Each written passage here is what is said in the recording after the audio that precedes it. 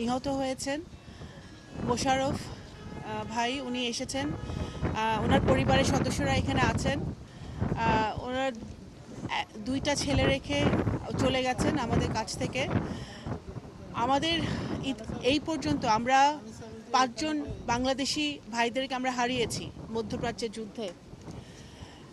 সকলের পাশে আমরা আছি। এখন বর্তমানে যুদ্ধাবস্থায় যে দেশগুলোতে আমাদের বাংলাদেশি ভাইরা বোনরা আছে, তাদের নিরাপত্তার জন্য বাংলাদেশ সরকার নিরলসভাবে কাজ করে যাচ্ছে। পররাষ্ট্র মন্ত্রণালয় সচেষ্ট আছে, প্রবাসী কল্যাণ মন্ত্রণালয় থেকে শুরু করে সকল সরকারের প্রত্যেকেই কিন্তু, সিভিল এভিয়েশন সকলেই কিন্তু আমরা সচেষ্ট আছি।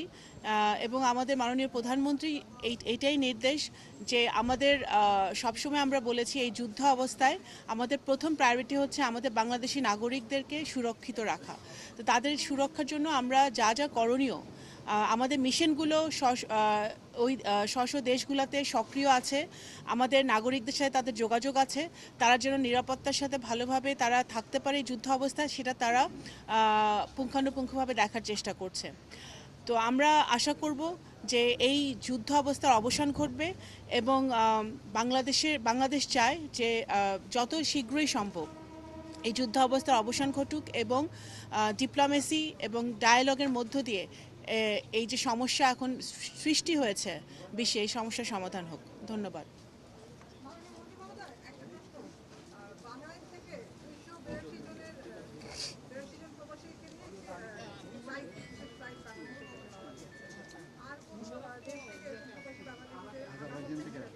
এটা আজারবাইজান থেকে আসছে ফ্লাইটটা। আমাদের ইরানে ওরা আমাদের বাংলাদেশিরা কিছু আসছে আমাদের বিমানে, বাংলাদেশ বিমানের একটি ফ্লাইটে। সেই ফ্লাইটটা সহি সালামতে আসলে তারপর আমরা বলতে পারবো, কারণ সব বাংলাদেশিরা যারা ওখানে কর্মরত আছে, বিভিন্ন জায়গায় তারা চাকরি করে, তারা ইচ্ছা হলে তারা আসতে পারছে না। এবং সবারও স্ট্যাটাস একরকম না যে তারা আসলেই চাইলেই আসতে পারছে, এটা বাধ্যবাধকতা তাদেরও আছে। তো আমরা যারা ওখানে থাকতে চাচ্ছে তারা যাতে সুরক্ষিত থাকতে পারে সেই ব্যবস্থা আমরা করছি, এবং যারা আসতে পারছে তাদেরকে নিয়ে আসার ব্যবস্থাটাও আমরা করার চেষ্টা করছি। হ্যাঁ, এখন যে বাংলাদেশ বিমানের যে ফ্লাইটটা গেছে, এটা চার্টার্ড ফ্লাইট গেছে, এবং এই ফ্লাইটে যতদূর সম্ভব ওরা খুবই কি বলবো, যুদ্ধাবস্থায় অত্যন্ত রিস্কের মধ্যে দিয়ে তারা আসছে। তো সহি সালামতে আসছে, এবং এই বিমানটি প্রবাসী কল্যাণ মন্ত্রণালয় থেকে চার্টার করা হয়েছে এবং বাংলাদেশ বিমানের সহযোগিতা আছে। এবং আমরা সহি সালামতে আসলে আমরা বলতে পারবো যে আমরা ওই ভাইদেরকে, আমরা ভাই বোনদেরকে আমরা আনতে পেরেছি। ধন্যবাদ। যদি হ্যাঁ, অবশ্যই পর্যায়ক্রমে যারা আসতে চায়, যাদেরকে আনা যাবে তাদেরকে আমরা আনতে পারবো।